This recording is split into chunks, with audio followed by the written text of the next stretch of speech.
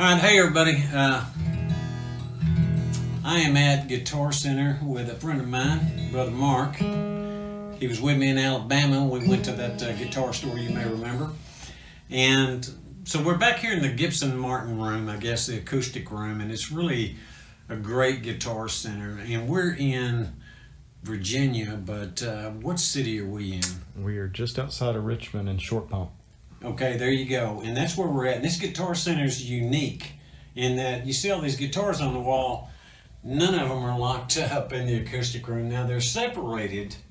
These $3,000, $4,000, $5,000 guitars are separated from the $200 and $300 guitars. But nonetheless, they're not locked up and you can come in and play them.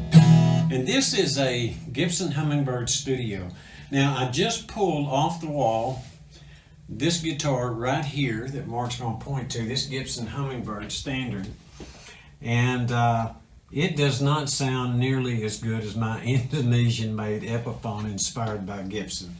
My Indonesian Epiphone inspired by Gibson has a massively deep and beautiful sound that Hummingbird does not have. Now I pulled a Gibson Hummingbird Studio to sit down and talk to you about for a second, because this one has walnut back and sides on it, and you can see that walnut's really pretty. I love the grain I had on my 15, my J15. It doesn't look that good, but it's got a satiny finish on it on the back and sides and on the top as well. And it's got, of course, the Gibson Hummingbird pickguard, but it is a studio model.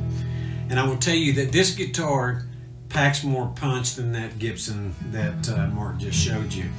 And Walnut has look, if you've never played a Walnut back and sides guitar with a Sitka spruce top on it, you have missed out.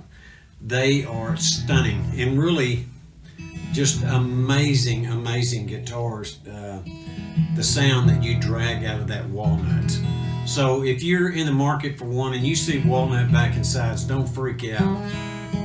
I'm going to say roll the dice on it, because Walnut is a beautiful tone wood for back and sides. And this guitar, I probably made it up with really well compared to anything else I picked up in this store, and able to just sit down and really pull a good tune out of it. And I just love this. And if you look at the top left up here, you'll see one that's a Martin D16E, right, Mark? That's right.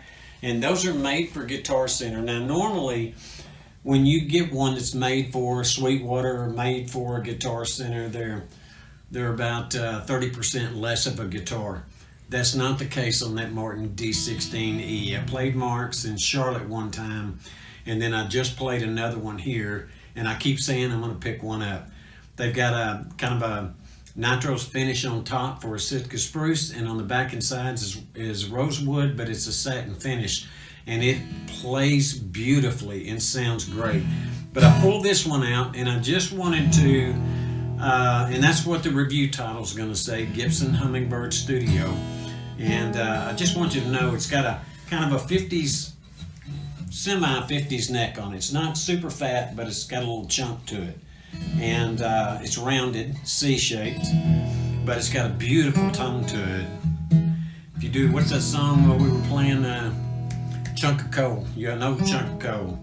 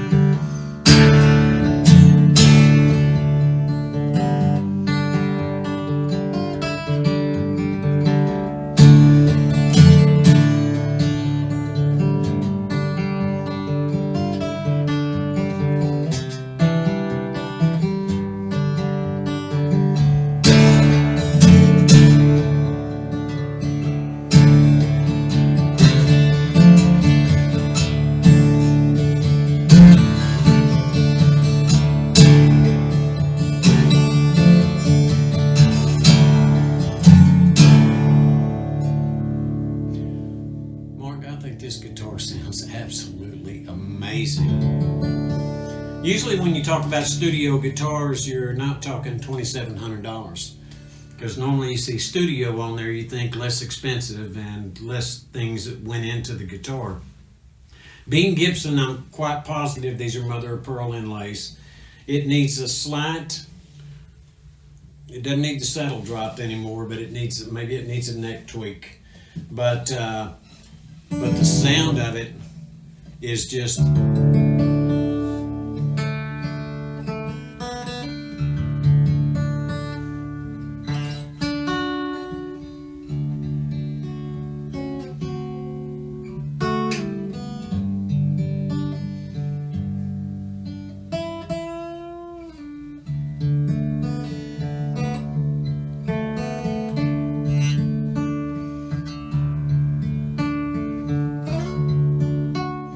it needs a neck tweak, or it needs some kind of setup on it, but because it does get a little harder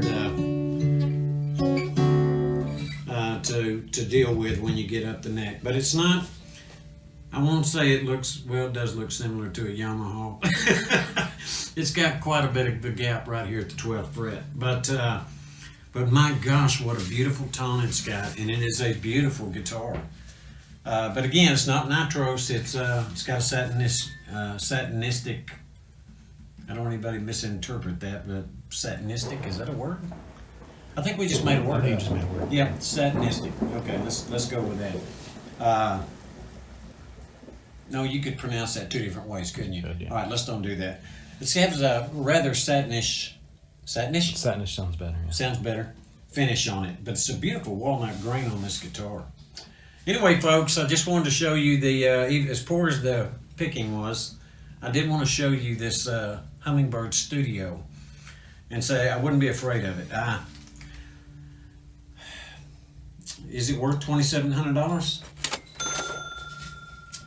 Yeah, if it had a better setup on it to begin with, it would be absolutely worth $2,700. I wouldn't be afraid to spend that kind of money on it. The only reason I'm afraid to spend that kind of money on it is because I have to explain it when I get home, okay?